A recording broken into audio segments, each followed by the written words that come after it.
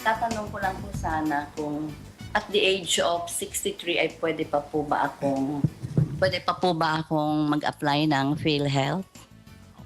Nanay, Kasi po yung pong mga anak ko ay dependent lang sa asawa nila dahil yung mga asawa po nila ang may PhilHealth. Eh wala po akong makukunan hindi po ako beneficiary ng kahit sinong anak. Kaya pwede pa po ba ako mag-apply? Nanay Teresita, good morning po. Pwede po kayong mag-apply ng PhilHealth. Wala pong pinipiling edad. Gaya nga po ng sabi, i-advise ko sana kayo na pwede naman kayong maging qualified dependent. Kaya lang, dahil sabi po ninyo, ang inyong mga anak ay dependent din lamang, hindi nga po kayo pwedeng i-declare as qualified dependent. Pwede po kayong mag-enroll at mag-register bilang sariling member po ng PhilHealth, kahit po kayo ay 63 years old na. Salamat po. Maraming salamat po sa Diyos. Thank you po. Salamat din po, Doktor.